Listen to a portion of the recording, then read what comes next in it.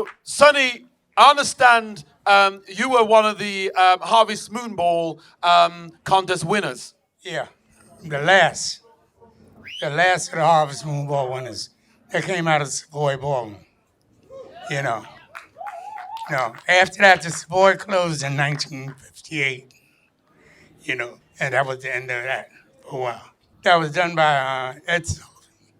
Is the person that went up there and had that. That used to have Ed Sullivan show. That was that. Who was your partner for that? A girl by the name of Marcella Washington. We only worked that year on that. But she wasn't a dancer. She just wanted to try it out, and it worked out for us. Wow. Let me explain that to you. I'm sorry. This happens I'm a lot. This is sorry. gonna happen a lot. I'm sorry. But Sonny won first place. I won third place. Now the problem was with that. Sonny and I had been messing around, just him and I, for a long time. And the trouble about it, Sonny figured I couldn't dance. So he sees somebody else that he wanted. It didn't matter with me because I didn't want it. I didn't want to do it anyway. I did not practice. They practiced for quite a while. I think it's about 5 or 6 weeks. Yeah, they practiced 5 or 6 weeks. I practiced 2 weeks, and I won third place. So, so after that, should I get this back to Sunday or should I keep going? No, no. Well, actually, we can keep going because what would be useful to know? Keep going. We're going to keep it going, keep it flowing. How? Just before you move on with that, because it ties in. Explain how and where. Where did you meet Sonny? Oh, I met Sonny at the Savoy. And we used to pal around together, him, my cousin, and another fella. We used to pair around together. And I was going around about 55 or 56, something like that. Long as he wasn't in the circle, he would dance with me. But they had a circle. And he wanted to dance with them girls, I guess I didn't look that good. I was skinny. So he wanted to dance with the girls that looked good in the circle. That didn't bother me. So I would never get in the circle. So one night I was at the Savoy. Can I tell it? Absolutely. Okay. One night I was at the Savoy. And I was dancing. Everybody was dancing in the circle. Sonny explained to you what I mean when I said circle. Everybody there was dancing in the circle. And I was on the outside of the circle trying to do this step that I saw them do. All of a sudden, this man came up to me and grabbed my hand. He grabbed me and pushed me out there. I said, I can't do that. I can't do that. He said, yes, you can. He said, you come on out here. So I went out there, and he said, just do what I saw you do on the outside. And I did that. And honey, I thought I was something. And after that, every time I went to Savoy, I would look for this man to dance with me. And the second time I went there after that, this lady came up to me. I knew her. She was a dancer. She had won a Harvest Moon, and they was all in the circle. I knew who she were, but I didn't know who I was dancing with. So she came up to me. She said, do you know who you was dancing with the other night? I said, no. She said, my husband. I said, oh, my God. I said, I know I got it then. She said, come here. And I went where she said. I figured she's going to bless me out. She said, let me show you what he was trying to get you to do. And we got on this side. Her name is, we would call her Sugar, but her name is Ruth Sullivan. From that day to this one, she and I been just like this. And that's how I started really dancing in a circle. You can have it now. They talk every single day. A quick question that I think it's good for you to share with people. We established earlier on that very few people have actually spoken to anyone that has actually danced in the Savoy. And so what I want you to do is paint an image of what it's like to dance in a Savoy ballroom. Well, I'll put it this way. Go back a little bit before the Savoy, and when you walk down the block, The Savoy Ballroom was on Lenox Avenue. And you go up the stairs. And there was two ways to go in the Savoy, the right and the left. The Savoy had three names. The Savoy Ballroom, the Land of the Happy Feet that we had, you know. And the thing is, they call it the track. The Savoy had a bandstand that two bands can be on stage at the same time. So what happened, the Savoy was one that I'll put it this way, the music never stopped. Charles Buchanan, which was the manager, went up there and told the bands, when the band plays their last note, I want the other band playing the first note. You can't go up there and put it and wait. I want it just like that. And that's where you came from, dancing, continuous dancing as a Savoy Ballroom. You know, the track was a thing that it was a clan with Sugar's husband, which is Sullivan, and Nick and Ivor, and all these people, which we used to call the Savoy Lindy Hoppers. And we used to dance in a circle. So what happened, the band started playing, one go in a circle, everybody was going around. The next one, and it kept going around and around. That's what they call the circle. Or sometimes they used to go to the Big Apple. But that's what was the Savoy Ballroom. And they had mostly every band you can name was at the Savoy, you know. I have to fill in some gaps, right? That place was so big. I had never seen a place that big before in my life. Now, I was born in Georgia, but you know we have the gymnasium, and you know how big they are. The gymnasium I had was very big, and I thought that was a big place. But I think you can probably sit it in the Savoy maybe twice. And Savoy was like a block long.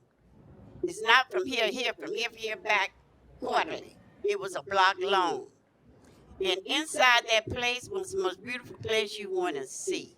I was really taken for it. And when I went in there, I said, oh my God, I couldn't stop from looking up at it, looking up every place, trying to find out where do people sit, where do people stand, and everything was there. And I said, but this place is too big. It could never be filled. But believe me, every night there was something different in the Savoy. And every night that place was full. I'm sorry. Yeah, well, when you're talking about what happened at the Savoy had, you didn't have dances continuously every night. Something was different every night of the week. Most of the clubs used to book the Savoy Ballroom. You had what they call the Sons and Daughters of Barbados who would have a dance that night. 2 days later, you had people from South Africa come down and have a dance that night. And all of a sudden, from Georgia, all the different places used to have nights. So it was never a dull thing. The best night at the Savoy was on a Thursday, not the weekend. The Thursdays was the thing we used to call kitchen mechanics night. You trying to figure that out, right? What it was is this. Mostly all the people, the girls, came from the South, used to work out in Long Island. And they only had one night off. They used to work in the house and stayed in the house. So on Thursdays, they used to come to Harlem. They wanted to go out and dance. They used to come to the Savoy. And they come to the Savoy on the Thursdays. And that's where you had what we call kitchen mechanics night with the girls. and you would meet everybody there. But that was the greatest of all, especially the guys, If you had a car, you had it made, you know. You go down to 42nd Street, the Grand Central Station, and pick them up and take them to Harlem. That was the thing, But Raise both hands up in the air. Reach it up. Wave to this way. Wave to that way. And wave to that way. And then go. Perfect. Just make sure you're not falling asleep. So, now, we spoke about the Savoy Ballroom. We've also discussed, and we may come back to that, we've also discussed the Harvest Moon Ballroom contest. There's something else I'd like to touch on, which is very important in terms of the what I would want to start to use the word revival or the growth of Lindy Hop. But most people would have heard of a number of groups, but we had Sonny Allen and the Rockets. Let's talk about Sonny Allen and the Rockets. Do you want to hear about Sonny Allen and the Rockets? Do you want to hear about Sonny Allen and the Rockets? If you want to hear it, let me hear you say, yay! Let's go. Well, Sonny Allen and the Rockets came about. I started out when I was a kid, as a tap dancer with Henry Chang Dance Studios. And when I won the Harvest Moon Ball, I wanted to go up there and do shows. So I used to go up there and get girls. And we used to rehearse. My father used to be a captain of the Democratic Club in Harlem. So I would take him up to the ballroom inside the club and teach. And we would teach for 5 or 6 hours. And we used to do that every day. Every day. I used to have 10 and 12 girls that I used to teach. And we did that for quite a while. Until I decided I wanted to go up there and make it bigger.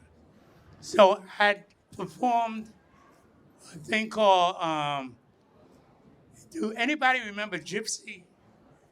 Yes. The musical? Yes. All right then. We have one. Huh? 2. Gypsy was a Broadway show that was out. And I wanted to get all the girls together and we was going to do the whole complete score of Gypsy from the beginning to the end. That was the first routine that we ever did. I had to teach them how to do swing. I had to teach them how to do Latin. I had to teach them how to do ballroom and everything. And that's where we started out at. And I got them to not only think of being a Lindy Hopper, but being an entertainer. Learn how to do everything. They told me a long time ago, if you're going to do something, in order to know what you're doing, you got to know where it came from. Once you learn that, it's easier and it makes sense when you do it. If you can hear it here, it will make sense down there. If you can't hear it, it won't work. Sonny, so... Wait, no, I got to say this. He taught girls, yes, but they wasn't Sonny Allen and the Rockets. Tell them who was Sonny Allen and the Rockets. Those girls you taught wasn't not Sonny Allen and the Rockets. That was Barbara Sugar, Mommy, a little bit, Lovey. We all was Sonny Allen and the Rockets. I don't know about them girls he's talking about. He just started, I don't know about that. But I'm going to tell you one thing about Sonny. And I'm going to tell it now. And you better make sure I get home safe. Sonny is the hardest person to work with. And I'm going to tell you why. It's like when you trying to train a dog and the dog do something wrong and you want to whip him. He wanted to whip us, but he couldn't do that. It was too many of us. But he had us. Every night God sent, he had us 3 and 4 hours, and you had to do a step. One step. If you mess up, All of us had to do the same step. He made us, especially, I'm going to skip to when we out on the road, okay? I have to say it as I come to me. When we was out on the road, and one of us make a mistake, he just said one word. He would come to us later when we was off. He said, somebody gonna buy me a suit. So he meant whoever made that mistake, he's taking money out of their pay. So we started doing one thing. Once one person made a mistake, we all made that mistake. I don't know how it happened, but we did. And if we made a mistake then, we had to get up at 5 o'clock in the morning and do that same routine. Although we said, Sonny, we're going to do it tonight. It's not going to be no mistake. He made us do it anyway. He was a very hard person to work with, but he told everybody's family, I'm taking them out on the road, and I'm going to bring them back the same way I took them. If a person come over and say, I want to take you to lunch, we said, well, you better make sure Sonny. Sonny said, yeah, you can take us to lunch. The man ain't said nothing about taking everybody to lunch. He might want to take me to lunch. But Sonny made sure I didn't go by myself. That man had to take everybody to lunch. He said, you'll never leave your home and get back home and something done happened to you. It would never happen unto me. And even if we out on the road like that, and anything like something happened, which is nothing really happened bad for us. But we have been out on the road at different places. And the people told us, no, I'm gonna let you tell that person about the money. I'm sorry. No, when it comes down to, I would always tell everybody, I talk and laugh and joke, but I always say this. The best dancers I ever seen and ever worked with was the Rockettes. They were known all over the world, and you had to respect them. I told them when you walked out of the house, you are an entertainer. Don't go out of the house with a pair of dungarees on and sneakers and you're like a bum. If I see you out in the street and you're not dressed, I take your money. You might not be working, but I told you before, when you walk out that door, you are a rockhead all the time. And that happened all the time. We went all over the world. People always respected the Rockettes. And I tell people that all the time. There's a lot of other groups that came out. I don't want to mention their names. That try to be like us, but they never could compete with the group that I had. And now it's only Barbara and Sugar that's around. The rest of them are not here now. But that was a group that I can't say much about other than they were great. Always. Went up there and told me something I'll never forget. He said, the thing is, remember what you're doing. Because if you want to be an entertainer, not just a dancer, but if you want to be an entertainer, learn everything about dance. So I'll show you, for instance, when Sammy first did his Broadway show, when he auditioned, he sang and they loved him. They see him dance and they loved him. Then they said, can you act? He said, well, I can't use you. That's what's happening nowadays in show business. They want you to be able to do everything. If you're a Latin dancer, they want you to know how to swing. If you're a ballroom dancer, they want you to know how to do that. Learn everything you can. And you'll be surprised how much more fun it will be. Take a little bit of Latin, mix it up with a little bit of swing, and you got your own style of dancing. You understand? When you go, I see people here from Asia, right? The best people as far as hands go is your hands. In Asia, they dance with their hands. They always bringing hands out. Not only that, like a fan. The same thing, eyes. That's all Asian. But now if you go to,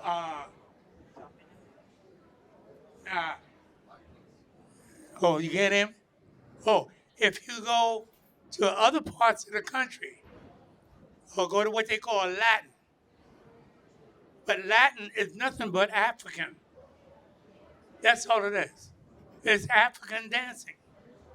But everybody changes up from Cuba to every place else. The only thing I would say, I don't want to get into that because that's a lot of teaching. Anything you do it well and listen to the music. Dance to the music. You don't have to be fast. They want to see you move, especially ladies. The thing is, what guys want to see is how you move, not how fast you are. They want to see how you move. When you dance, you're having a conversation with a person without opening your mouth. That's dancing. If you just do 2 steps, it's all fun. You know? The guys, the same thing. Do the same thing too. Respect every woman you're dancing with. And remember, when you dance, there's only one person on the dance floor. The girl you're dancing with. Forget about looking at all your friends and trying to let them see what you're doing. They don't hear that. Sonny, I'm gonna, come on, Sonny Allen, everybody. There's so many things that we've been speaking about. One of the things, I like to try and pick on things that you can't read in the book. And one of the areas I want to just quickly touch on before we swing to Barbara is, I remember we were talking about, has anyone heard of Mamaloo Parks? Yep. Put your hands up if you've heard of Mamaloo Parks. Put your hands up if you haven't. Put your hand up if you haven't, but you put your hands up because you thought, anyway, you get the idea. So I understand that Mamaloo Parks had a gig which helped their career in the Apollo. But how did that gig come about? Well, we was out on the road with Leon Claxton's show, Harlem and Havana. And when we came back, Honey Coles Atkins called me up and told me they wanted us to come to the Apollo, the girls. And I said, that's fine. He said, but we can't pay you regular money. They'll give you chorus line. I said, the rockers are not chorus line dancers. So he said, well, we can't use it. Fine. I said, I got an idea. I know some kids at Pier 68. Why don't you ask them? And I got them their first gig at the Apollo Theater. They worked with Chubby Checker. And that's the start of Mamaloo Parks dances. I used to teach her dances too at the same time. But before when we were talking, I didn't want to get into it. But everything that the girls wore, they made their own. We used to carry 4 sewing machines on the truck when we traveled. I would buy material, and they made their own costumes. They always wore long gloves. They used to wear plume feathers. If you go on Facebook, you'll see some of the pictures of them. When we did that, all of a sudden, a year later, we came back in town, and the Parkettes were wearing long gloves. They tried to copy everything that the Rockers did. At that time, they weren't called the Mamaloo Parks dance, it was called. Then they changed it to the Parkettes. because they were the Rockettes. They changed their name to the Parkettes. You know, so it was a thing with both of them. But that's where we got together at, you know, with Mamaloo Parks. I've been knowing her for years. She came out of Boston, you know. So come on, Sonny Allen. So Barbara, you've danced in a Savoy Ballroom. Let's hear about some of the people that you've danced with. Who are the people you like to dance with in the Savoy, apart from Sonny Allen, of course? Well, I'm gonna be honest with you, and Sonny can tell you this. It didn't matter whether you dance or not. I think I was the only girl there knew if a person couldn't dance, would dance with them. It didn't matter with me. You act crazy, I act crazy. You miss a step, I miss the same step. So most of the time, people will come and grab me, especially people that first come to the voice. Somebody say, "She'll dance with you. Go ahead. She'll dance with you," and I would. But I danced with Lemos, Willie Posey, uh, Big Nick, Little Nick. Um, uh, George Sullivan, but that he really, yeah, Sugar Husband really got me into this. He really did. And I don't know. You name them, and I have danced with them. But I have to say this, ladies. Dance is the most important thing in the world.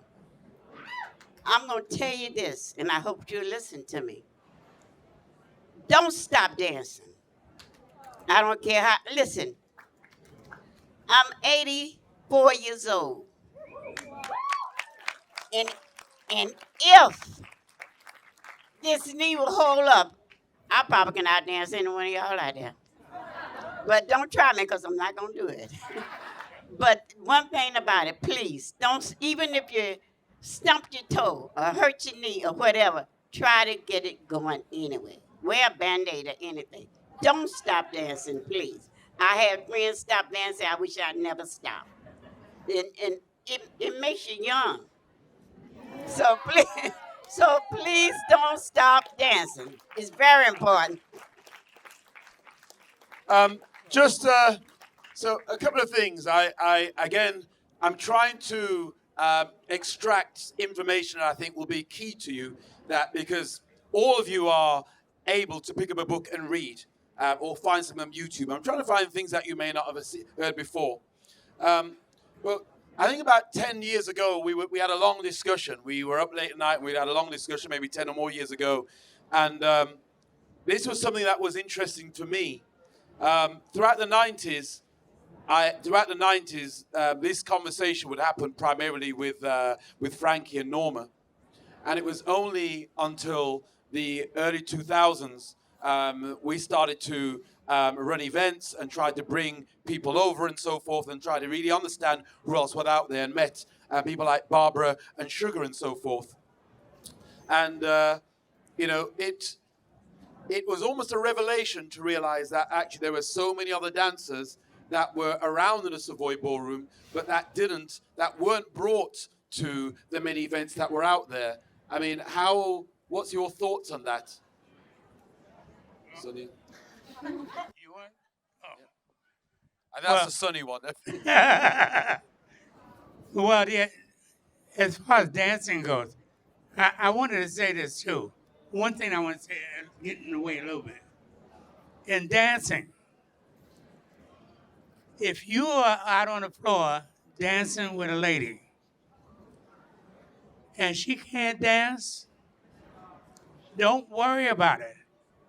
If you just do 2 steps all night long, it's beautiful. You're dancing together. That's what dancing is. If you try and show her that you know all these turns here and she's stumbling all over the place, it's no fun no more. And what happens, the next time you go and ask her to dance, she can find every excuse. Either her leg hurt, her toe hurt, my knee hurt. She ain't gonna dance with you no more. Dance with the person you're dancing with. 2 steps is better than 20. Okay? Okay, I'm going to move swiftly after that topic to another topic. Um, that's that's okay. Maybe a good thing. So normally, we talk about fried chicken and so forth. This is a different topic, but today we were talking about rice and peas with my Jamaican roots, your Barbados roots, and your long roots in parents from America. Let's talk about food. What's your favorite food? My favorite Yeah, food? yeah, yeah. Okay. I like fried chicken. I like baked chicken. I like barbecue chicken. I like any way you fix chicken. I like steak. I like hamburgers. I like meatloaf, special. I like pasta. I like collard greens. I like sweet potatoes. I like cornbread. I like fried corn. I like spaghetti and meatballs and apple pie. See, I ain't worried about getting to.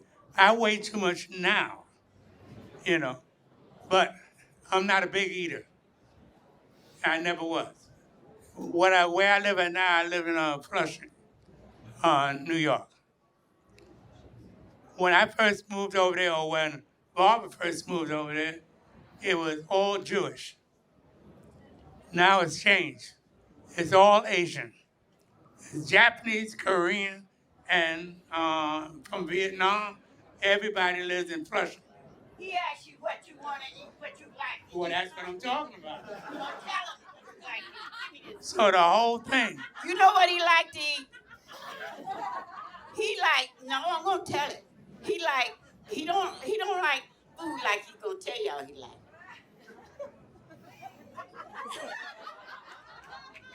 He like he like pork fried rice.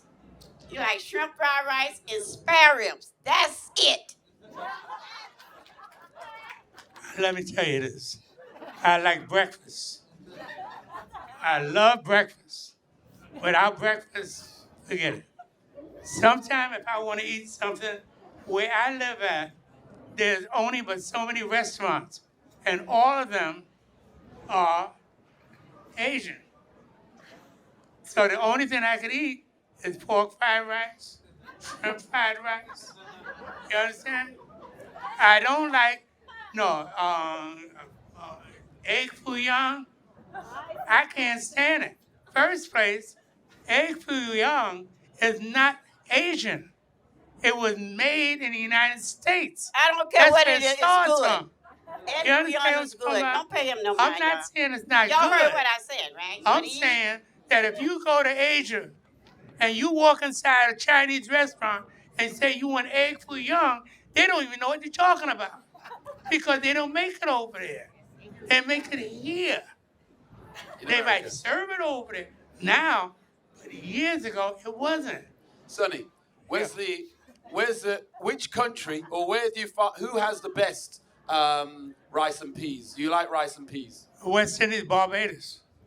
Not rice and peas, black-eyed peas I like, and rice. There's a difference. And Barbara, what's your favorite rice and peas? Yeah, you like rice and peas? I like any kind of peas with rice. That's black-eyed peas, red rice and peas, yellow rice and peas, green rice and peas. I'm not particular. I'll eat it. And I'm going to tell you, he ain't going to tell me that this person cooked better than another. It's all depending on the person and how they cook. And I try anybody's food. That's why I'm healthy. Hey. Okay, last couple of questions. Central Avenue in California. Anyone heard of Central Avenue, California? There was a big scene there, just as you had a big scene going on in in Harlem. There was also a big scene in Central Avenue, and it would all go to the Dunham Hotel and would eat and stay there. All the big artists and so forth. Was there a place like this in Harlem where all the dancers would eat? We were talking about this. Well, you had for food, A lot of people in Harlem used to eat at Sherman's Barbecue. That they had about 5 or 6 different restaurants in Harlem, all over the place, at Sherman's. But basically, I like Sherman's for barbecue, you know. But there's other places you can go. You can go, see, in Harlem, you had a different people. You go to the West Indies, they got West Indian food over here. You got Southern food over here. If you talk about meatballs and stuff like that, they like it here, but they don't like it here, but they don't cook it here. But you got different places you can go. There's a lot of places, it's only one thing. Like I have out where I'm out in Flushing, there's no restaurants out there. So that's what I eat. You know? That's me. Okay, so come on, Sonny Allen. Okay, so I know you all wanting to know where everyone ate after the Savoy Ballroom, so we're going to move on to last thing. We got one shot, okay? Has anyone got any questions, burning questions that you'd like to ask? You've got one. Yes. Okay, can we have I'm going to bring a mic.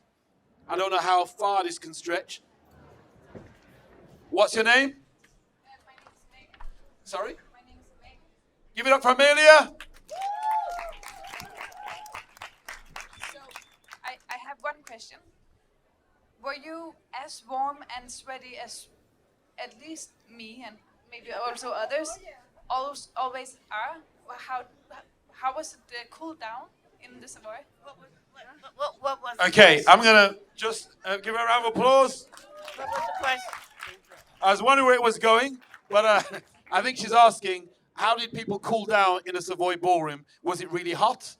And if so, how did it cool down? It was hot. Although they had an air condition, but the wind was always, there's too many people in there. And that air condition could not get that cold. But one thing about it, a man have to wear a shirt, tie, and inside. But once he got inside, when he went outside, that shirt was wringing wet. And the women was the same way. They had them. Most women during that time didn't wear no makeup because it didn't make sense. It'd be all on your clothes, all on his clothes. So you didn't hardly wear no makeup, nothing like that. That was a hot place. And like I said, the air conditioned, but they always had to put the windows. That's how crowded it was. Let me say one other thing about the Savoy Ballroom. Times have changed. When you went to the Savoy Ballroom, you didn't wear no sneakers or nothing like that. Everybody was dressed at the Savoy. I don't care who it was. It was like all the other clubs. You would see them, you had people come inside, they with gowns on, and sit on the floor to watch a show. You know, that's what the Savoy. The Savoy was the land of the happy feet. You had people like Count Basie, Duke Ellington. You had Sammy Davis Jr. You had Sinatra. You had all of them used to come to the Savoy Ballroom to see that. But the Savoy at that time was the only place where you had mixed people at. In that time, it was still as prejudiced as you could be. You go downtown, you never see mixed crowds. The only another place was the Palladium, where you saw white and black and Italian and Jewish and everybody get together. But that's what happened at the Savoy. So the thing was you had to be dressed when you went in the Savoy. You couldn't walk inside with no T-shirt on or just a shirt on. You couldn't walk inside the Savoy Ballroom. You know? But change has come. Now you go to a club, everybody wearing sneakers. First place, nobody dares send sneakers at the Savoy. Mostly everybody, women, you never heard a girl go up there and tell you, my feet hurt. And there was one reason why. A lot of people never knew it. But the Savoy has springs underneath their dance floor. So it gave when you moved. So if it moved like this, your feet didn't get tired. But if your floor is straight like this, it's like hitting this. It doesn't do this. That was the biggest thing about the Savoy Ballroom, that you had dance floors like that. There was only one other dance floor I think that was like that. It was a place downtown called Arcadia Ballroom downtown. But other than that, all the other ballroom dances were stiff. That's the thing about the Savoy. Sonny, the just to, or both of you, just to, you mentioned, and as most people are aware now, that the Savoy Ballroom was a key place where blacks and whites would dance. Yeah. You would have, I understand you visited other ballrooms, and also you toured as Sonny Allen and the Rockets with Barbara. Did you experience any other ballrooms where you may not have felt invited or welcome as a black person? Well, not ballroom, the shows. Sorry. The biggest, I tell you what, it's not a ballroom, but I'll give you, for instance, we were booked to go on tour with, what was her name? Her husband. Tour to go down south. And we went to Louisiana and all those places. When we got to Louisiana, we was booked in this theater.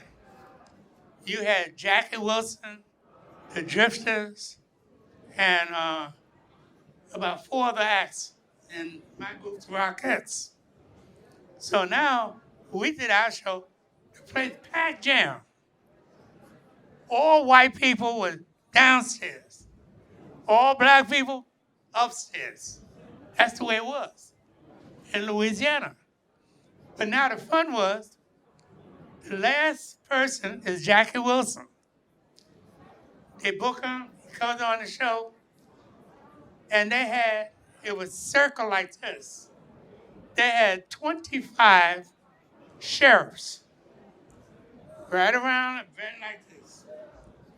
Then Jackie comes out, and he started singing Lonely Teardrops. And before you know it, the jacket comes off, the shirt opens up, and he winds up doing a split on the floor. The girls, these white girls got crazy. They grabbed at him. And before he could get the hand on him, they went up there and told him, if you touch the nigga, I'll shoot you. That was in Louisiana. That's in the 70s. That's the way it was in those days. It's a big change. But that's what happens, you know. I remember an experience that we had in Canada. I can't remember was it Alberta or which one it was, but we was in the grocery store. And while we was in the grocery store, we was doing some shopping, and this little fella came with his mother, and he kept looking at us and looking at us. Finally, he asked his mother, he said, Mama, what are those right there? And one of the girls in the group said, tell him what we are. You go right ahead and say it. If you think you're big enough. She said, come on here. She took him and took him outside. So Sugar and I went outside, and we told her, pay her no mind. We understand what was, even though we understood what was going on. So we said, try to explain to him the difference between the nationalities. Don't put him aside. What you should have did was brought him up to us and explain to him, you know, what was happening. She said, yeah, you're right. She said, I'm so sorry. She said, I won't do that again. I said, don't shy him away from us. You know, talk to him and let him know what was going on. But most of the places we went and we did shows and stuff like that, we didn't have too much problem. We hardly had any problem whatsoever. And we have toured all over. Like I said, place where they never seen any black people before. But you know what the problem was with us? We be dancing and sweating, and they be like this. And time we stop dancing, go off, They jumping up and screaming. Why didn't they show us that when we was on the floor? It would have made us dance that much harder. But it just only shows things have changed now. You know, things have changed. Like Sonny was talking about dress. Before Savoy closed, we would wear our sneakers. And we would put our shoes on the side. Because we was getting old. And we couldn't dance in them heels like we used to go. We used to have heels like this. We could do a show less heels like that. But things have changed now. And I don't go in them places dressed like I used to. I wear whatever I feel comfortable in, whether it's sneaker pants or whatever. I want to dance, I go. And I put on whatever I can, shoes, sneakers, whatever. Because this way you'll be comfortable. So please, you don't have to dress everywhere you go. Just go. Come on, Barbara Billups. Okay, so according to my timing, we have approximately 2 minutes and 28 seconds. So what I want you to share, something I really want to share, and again, we spoke passionate about this. Why do we feel it's important that we share history with people that come along to a swing dance or all dance? Why is it important that people understand history or hear some history? Well, it's good. It's good to learn history because if you really want to see some history, go to China and watch them dance. I ain't got that money. You can go. I want to watch y'all. You know, you can go to Asia, you can go to Africa, you can go to Europe here, and learn how other people live, their customs. That's the way you have to learn from people. If you don't learn that, you will never learn how to understand what a people are like. I love to talk to people, and I love to travel. Because when you travel, if you go to Greece, you know, it's different than if you go to Troy. It's close by, but it's not the same. But learn the customs of people. When you go to Istanbul, Turkey, and you go in the Grand Bazaar, you learn. You just can't buy something at the Grand Bazaar. It's a season. You have to sit down. They don't want to pay you right now. Son Allen, people ain't got that kind of money to be going to no Turkey and do that. Go to YouTube and all them other tubes. You'll get anything you want and learn from there. Welcome to my life. Sonny, so just homing in a little bit, why is it important that people understand the roots and the history of swing dance in particular? Because where it comes from. The average person inside, they don't know where swing or that dance came from. It's African. Music is African. What happened is that where you came years ago, if you go into history books, they used to have a thing that said the talking drums. Talking drums is a thing that one tribe would talk to the other one. One play one thing, and they would answer miles away there. And it went back and forth like this. The same thing when you go to Mongolia. The drums came from Africa when Genghis Khan was around in Africa. And they learned how to play drums. You go to Japan, they have those big drums there. It's sound. The sound talks to each other. The sound talks when you go to Turkey. Everybody learns how to play rhythms. Now, we're learning how to play rhythms. But respect all the rhythms. And when you combine them together, you got a new sound. That's what happens. But it's all listening. It means something to hear it here. When you hear it here, it makes you move. You just don't do this. Just take a breath. Breathe. Breathe. Not this. You know what I'm talking about? There's all those things. Just this. That's easy. But you do this, I'll tell you a secret. They look at our swing dancing, because all the other swing dances, they have Lindy Hop, right? And aerial, Lindy, and et cetera like that. When they had the Savoy and you had Madison Square Garden, they was always wondering why only black people won the Harvest Moon Ball. There was only one dance team. A friend of mine, Lucky, was from Australia. They used to go to the Savoy, went down to the gardens. The reason why they couldn't dance when it came to aerial Lindy, you go to Czechoslovakia and places like that, they would do steps, flips all over the doggone place, triple flips. They was good at that. But if I put that music up here, they couldn't do it. They didn't learn how to do it because they never danced like that. But the thing is, you learn from other people. You always learn. Once you learn, and don't always go fast. What hurry are you in?